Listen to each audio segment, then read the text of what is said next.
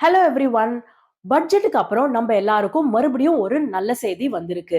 RBI அவங்களுடைய repo ரேட்ட நேத்தி கம்மி பண்ணியிருக்காங்க. அதாவது பிப்ரவரி 7ஆம் தேதி கம்மி பண்ணியிருக்காங்க.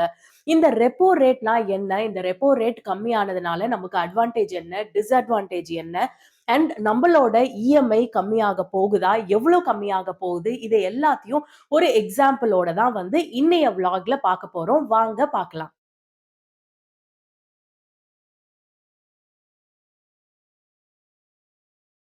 கடந்த பிப்ரவரி 7ஆம் தேதி ஆர்பிஐ அவங்களுடைய எம்பிசி மீட்டிங்க கண்டக்ட் பண்ணாங்க. எம்பிசி அப்படின்னா மானிட்டரி பாலிசி கமிட்டி அப்படின்றது அர்த்தம். ஆர்பிஐயோட கவர்னரா வந்து சஞ்சய் மல்ஹோத்ரா இருக்கிறாரு. இவரு போன வருஷம் தான் பதவி ஏற்றாரு. பதவி ஏற்ற பிறகு அவரு பங்கேற்கிற முதல் எம்பிசி மீட்டிங் இதுதான். இந்த முதல் எம்பிசி மீட்டிங்லே அவரு ஆர்பிஐயோட ரெப்போ ரேட்டை 6.5ல இருந்து 6.25 கம்மி பண்ணியிருக்காரு. இது கம்மி பண்ணதுனால நமக்கு நிறைய பெனிஃபிட்ஸ் வரப்போகுது. முதல்ல இந்த ரெப்போ ரேட் அப்படின்னா என்ன அப்படின்றத பார்க்கலாம். நமக்கு ஒரு பண தேவை இருந்துச்சு அப்படின்னா நம்ம எப்படி பேங்க் கிட்ட கடன் வாங்குறோம், அதுக்கு ஒரு இன்ட்ரெஸ்ட் ரேட் செலுத்துறோம். அதே மாதிரி ஆர்பிஐ வந்து பேங்க்குக்கு கடன் கொடுத்தா அதுக்கு அவங்க ரெப்போ ரேட் விகிதம் படிதான் வந்து கடன் கொடுப்பாங்க. இதோடைய சிம்பிளா என்ன சொல்லலாம் அப்படின்னா, ரெப்போ ரேட் கம்மியாச்சு அப்படின்னா நம்மளுடைய இஎம்ஐயோடைய இன்ட்ரெஸ்ட் ரேட்டும் கம்மியாகும். இன்ட்ரெஸ்ட் ரேட் கம்மியாச்சுன்னா நம்ம கையில ஜாஸ்தியான பணம் புழங்குறதுக்கு வாய்ப்பு இருக்கு. அதுதான் இப்போதைய நிலைக்கு கவர்மெண்ட்டுக்கு வேணும். சோ நம்ம ரெப்போ ரேட்னா என்ன அப்படின்னு பார்த்தாச்சு. இந்த ரெப்போ ரேட்னால நமக்கு என்ன பெனிஃபிட் நடக்க போகுது அப்படின்னா, ஏற்கனவே சொன்ன மாதிரி நம்மளுக்கு நிறைய கடன்கள் இருக்கலாம். Home loan, personal loan, car loan இதெல்லாம் இருக்கலாம். இந்த 6.5ல இருந்து 6.25 ரெப்போ ரேட் கம்மி பண்ணதுனால நம்மளுடைய இன்ட்ரெஸ்ட் ரேட் எல்லாமே அதுக்கு ஈக்குவலா கம்மியாக போகுது. சோ நம்மளுடைய மாச இஎம்ஐ கம்மியாகும். இல்ல அப்படின்னா நம்மளுடைய கடனுடைய டென்யூர் கம்மியாகும். இது எப்படி அப்படின்னு நம்ம ஒரு சில சாம்பிள் டேட்டா வச்சு பார்க்கலாம். ஃபர்ஸ்ட் நம்ம ஹோம் லோன பார்க்கலாம். இப்போ நீங்க ஒரு ஹோம் லோன் எடுக்குறீங்க. 30 லட்சத்துக்கு ஹோம் லோன் எடுக்குறீங்க. 20 இயர்ஸ் இந்த ஹோம் லோனோடைய டென்யூர். 9% இன்ட்ரெஸ்ட் ரேட் இப்போ இருக்கு அப்படின்னா, இன்னொன்னு நீங்க நோட் பண்ணணும். இந்த 9% இன்ட்ரெஸ்ட் ரேட் எப்படி வந்து ஃபிக்ஸ் பண்றாங்க அப்படின்னா, அவங்க இண்டிவிஜுவல் சிபில் ஸ்கோர வச்சு தான் ஃபிக்ஸ் பண்றாங்க. சிபில் ஸ்கோர் நல்லா இருந்தா உங்களுடைய இன்ட்ரெஸ்ட் ரேட் 8.5ஆவும் இருக்கலாம். நல்லா இல்லன்னா 10%ஆவும் இருக்கலாம். சோ இப்போதைக்கு சாம்பிளா 9% இன்ட்ரெஸ்ட் ரேட் இருக்கிற ஒருத்தரு ₹26,992 மந்த்லி இஎம்ஐயா பே பண்ணுவாரு. இப்போ நம்ம கம்மியான இன்ட்ரெஸ்ட் ரேட் மூலியமா 8.75% இன்ட்ரெஸ்ட் ரேட் இருந்துச்சு அப்படின்னா, மாசம் 26,607 தான் வந்து இஎம்ஐயா கட்டுவாரு. இதுவே வந்து நீங்க ஒரு மாசத்துக்குன்னு பார்க்கும்போது ரொம்ப கம்மியான அமௌண்ட் மாதிரி தான் உங்களுக்கு தெரியும். பட் இந்த லோனுடைய டோட்டல் டென்யூர் அப்படின்னு நீங்க எடுத்துக்கிட்டீங்கன்னா, நீங்க மொத்தமா 9% இருக்கும்போது ₹34,78,027 நீங்க கட்டுவீங்க. இதுவே 8.75% இருந்துச்சு அப்படின்னா, வெறும் 33,85,706 தான் கட்டுவீங்க. கிட்டத்தட்ட உங்களுடைய ஃபுல் டென்யூர்ல உங்களுக்கு 92,321 ரூபீஸ் வந்து உங்களுக்கு சேவ் ஆகும். அடுத்தது நீங்க ஒரு கார் லோன் எடுத்துக்கிறீங்க அப்படின்னா, ஒரு கார் லோன் 10 லேக்ஸ்க்கான கார் லோன் 7 வருஷம் கட்டுறீங்க. 9.5% இன்ட்ரெஸ்ட் ரேட்ல ₹16,659 நீங்க இஎம்ஐயா கட்டுவீங்க. இதுவே 9.25 கம்மியாச்சு அப்படின்னா, 16,507 தான் நீங்க கட்டுவீங்க. ஒரு வருஷத்துக்கு ₹1,824 நீங்க சேவ் பண்ணுவீங்க ஒரு வருஷத்துக்கு. ஒரு பர்சனல் லோன் எடுத்துக்கிட்டீங்க அப்படின்னா, பர்சனல் லோன் 5 லேக்ஸ் வாங்குறீங்க. 5 இயர்ஸ்க்கு நீங்க கட்ட போறீங்க. ஒரு 12% இன்ட்ரெஸ்ட் ரேட்ல ₹11,282 நீங்க இஎம்ஐயா கட்டுவீங்க. இதுவே ரெடியூஸ்ட் இன்ட்ரெஸ்ட் ரேட்ல அதாவது 11.75% இன்ட்ரெஸ்ட் ரேட்னா நீங்க 11,149 தான் கட்டுவீங்க.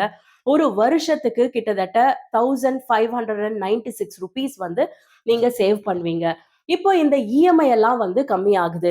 ஒண்ணு இந்த இஎம்ஐ உடைய ரேட் வந்து கம்மியாகும். நீங்க மாசம் மாசம் கட்டுற இஎம்ஐ அமௌண்ட் கம்மியாகலாம். அப்படி இல்ல, நீங்க இந்த இஎம்ஐயே நீங்க வச்சுக்கிறீங்க அப்படின்னா, உங்களுடைய லோனோடைய டென்யூர் வந்து கம்மியாகும். இது 2ல ஏதோ ஒண்ணு வந்து கம்மியாகும். நெறைய பேருக்கு சொல்றாங்க, ஓரளவுக்கு நீங்க ஹோம் லோன்லாம் பார்த்தீங்கன்னா, கிட்டத்தட்ட 1 வருஷம் அளவுக்கு உங்களுடைய டென்யூர் கம்மியாகக்கூடும் அப்படின்றது தான் வந்து எல்லாருமே சொல்றாங்க. இப்போ இது வந்து யாருக்கெல்லாம் செல்லுபடி ஆகும் அப்படின்னு பார்த்தீங்கன்னா, ஜெனரலா இந்த ஹோம் லோன்ஸ் எடுக்கும்போது 2 விதமா எடுப்பீங்க. ஒண்ணு வந்து ஃப்ளோட்டிங் இன்ட்ரெஸ்ட் ரேட். இன்னொன்னு வந்து fixed interest rate. Floating interest rate இருக்கிறவங்களுக்கு ஆட்டோமேட்டிக்கா இந்த ரெப்போ ரேட் கம்மியாகும்போது, உங்களுடைய இன்ட்ரெஸ்ட் ரேட்டும் கம்மியாயி, உங்களோட ஒண்ணு இஎம்ஐல ரிஃப்ளெக்ட் ஆகணும், இல்ல டென்யூர்ல ரிஃப்ளெக்ட் ஆகும். இது வந்து ஃப்ளோட்டிங் இன்ட்ரெஸ்ட் ரேட் இருக்கிறவங்களுக்கு. ஃபிக்ஸட் இன்ட்ரெஸ்ட் ரேட் இருக்கிறவங்களுக்கு ஜெனரலா வந்து அந்த இன்ட்ரெஸ்ட் ரேட் ஃபிக்ஸ் ஆயிடும்.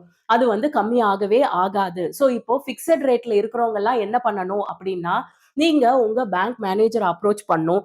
ஃபிக்ஸட் இன்ட்ரெஸ்ட் ரேட்ல இருந்து ஃப்ளோட்டிங் இன்ட்ரெஸ்ட் ரேட்டா மாத்துறதுக்கு ஒரு ஃபார்ம ஃபில் பண்ணி அதுக்கு ஒரு சந்தா கட்ட வேண்டியதா இருக்கும். அந்த அமௌண்ட்ட நீங்க கட்டி இந்த அப்ளிகேஷன சப்மிட் பண்ணீங்கன்னா, உங்களுடைய இன்ட்ரெஸ்ட் ரேட் ஃபிக்ஸட்ல இருந்து ஃப்ளோட்டிங்கா மாறும். ஃப்ளோட்டிங்கா மாறுனதுக்கு அப்புறம் ரெப்போ ரேட் எப்பல்லாம் இன்கிரீஸ் ஆகுது, டிக்ரீஸ் ஆகுதோ, அதுக்கு தகுந்த மாதிரி உங்களுடைய இன்ட்ரெஸ்ட் ரேட்டும் டிக்ரீஸ் ஆகும், இன்கிரீஸ் ஆகும். ஸோ, இப்ப நம்ப என்ன பண்ணணும் அப்படின்றத பார்த்தீங்கன்னா, நம்ப எதுவுமே பண்ண தேவையில்ல. ஜெனரலா ரெப்போ ரேட் கம்மியாகும்போது, எப்பவுமே வந்து நம்மளோட இன்ட்ரெஸ்ட் ரேட்டும் வந்து கம்மியாகும். இல்ல டென்யூர் வந்து கம்மியாகும். இப்போ அதுக்கு நம்ப இன்னொன்னு என்ன பண்ணணும் அப்படின்னா, நம்ப மாசம் மாசம் நமக்கு எவ்வளோ அமௌண்ட் போகுது அப்படின்றத அடுத்த ஒரு 1 மாசத்துக்கு, 2 மாசத்துக்கு நம்ம மானிட்டர் பண்ணணும். சப்போஸ் எந்த ஒரு சேஞ்சும் நடக்கல அப்படின்னா, உங்க பேங்க் மேனேஜர் அப்ரோச் பண்ணி, என்ன ஏன் வந்து இந்த சேஞ்ச் நடக்கல அப்படின்றத நீங்க உங்க பேங்க் மேனேஜர் அப்ரோச் பண்ணி கேட்கணும். பட் ஜெனரலா பார்த்தீங்க அப்படின்னா, ரெப்போ ரேட் இன்கிரீஸ் ஆச்சு அப்படின்னா, எல்லா பேங்க்ஸும் இம்மீடியட்டா இன்ட்ரெஸ்ட் ரேட்ட இன்கிரீஸ் பண்ணிடுவாங்க. ஆனா ரெப்போ ரேட் டிக்ரீஸ் ஆகும்போது 1 மாசம், 2 மாசம் கழிச்சு தான் வந்து உங்களுடைய இஎம்ஐ ரெட்யூஸ் ஆகும். ஸோ உங்களுடைய இஎம்ஐ ரெட்யூஸ் ஆகல, அமௌண்ட் ரெட்யூஸ் ஆகல, இல்ல டென்யூர் ரெட்யூஸ் ஆகல அப்படின்னா, உங்களுடைய பேங்க் மேனேஜர ரீச் பண்ணி, ஏன் இது ரெட்யூஸ் ஆகல அப்படின்றத நீங்க தெரிஞ்சுக்கணும்.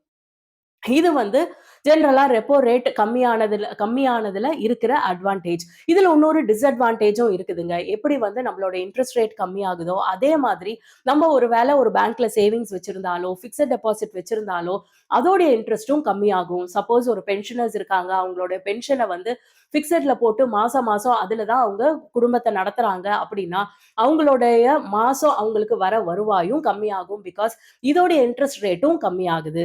ஸோ இதுதான் வந்து ரெப்போ ரேட் கம்மியானதுனால அட்வான்டேஜ் அண்ட் டிஸ்அட்வான்டேஜ். இப்போ இந்த ரெப்போ ரேட்ட எதுக்கு கம்மி பண்றாங்க? இப்போ கடந்த ஒரு 2, 3 வாரத்துல நீங்க பார்த்தீங்க அப்படின்னா, பட்ஜெட்ல நமக்கு டாக்ஸ் ரிபேட் குடுக்குறாங்க. இப்போ இந்த ரெப்போ ரேட்ட கம்மி பண்ணியிருக்காங்க. அதனால நமக்கு இஎம்ஐயும் கம்மியாக போகுது. எதனால கவர்ன்மெண்ட் இந்த ஸ்டெப் எல்லாம் எடுக்குறாங்க அப்படின்னா, நம்மளுடைய ஜிடிபி ரொம்ப ஸ்லோ டவுன் ஆயிடுச்சு. அண்ட் இந்த ஸ்லோ டவுன் ஆன ஜிடிபியோட ப்ரொஜெக்ஷன் பார்த்தீங்கன்னா கூட, அந்த அளவுக்கு கரெக்ட்டா இல்லாததுனால, ஒரு பணப்புழக்கத்த மக்களிடையே கொண்டு வரணும்னு கவர்ன்மெண்ட் நெனைக்குது. பணப்புழக்கத்த எப்படி கொண்டு வரலாம் அப்படின்னா, இந்த மாரி டாக்ஸ் ரிபேட், இந்த இஎம்ஐ கம்மியாகுறது மூலியமா நம்ம கையில ஜாஸ்தி பணம் வரும். ஜாஸ்தி பணம் வந்தா நம்ம என்ன பண்ணுவோம், இம்மீடியட்டா நெறைய பொருட்கள் வாங்குவோம். நெறைய மார்க்கெட்ல நெறைய விஷயங்கள்லாம் வந்து நம்ம வாங்குவோம். இது வாங்குறது மூலியமா நம்மளுடைய ஜிடிபி மறுபடியும் நார்மலைஸ் ஆகும் அப்படின்றது தான் வந்து கவர்ன்மென்ட்டோடைய அஜெண்டா. ஸோ இப்போ நம்மளுக்கு கண்டிப்பா தெரிஞ்சிருச்சு நம்மளுடைய கையில கொஞ்சம் ஜாஸ்தி பணம் வரப்போகுது அப்படின்றது. இந்த பணத்த நம்ம செலவு பண்ண போறோமா? முழுக்க செலவு பண்ண போறோமா? இல்ல கொஞ்சமாவது சேவ் பண்ண போறோமா? அப்படின்றது எல்லாமே நம்ப கையில தான் இருக்கு. ஸோ இன்னைக்கு இந்த விளாக்ல இந்த ரெப்போ ரேட் பத்தி, இதனால என்ன இம்பாக்ட் ஆகுறத பத்தி எல்லாம் தான் நீங்க தெரிஞ்சுக்கிட்டீங்க. பாய் ஃபார் நவ். இன்னொரு விளாக்ல பார்க்கலாம்.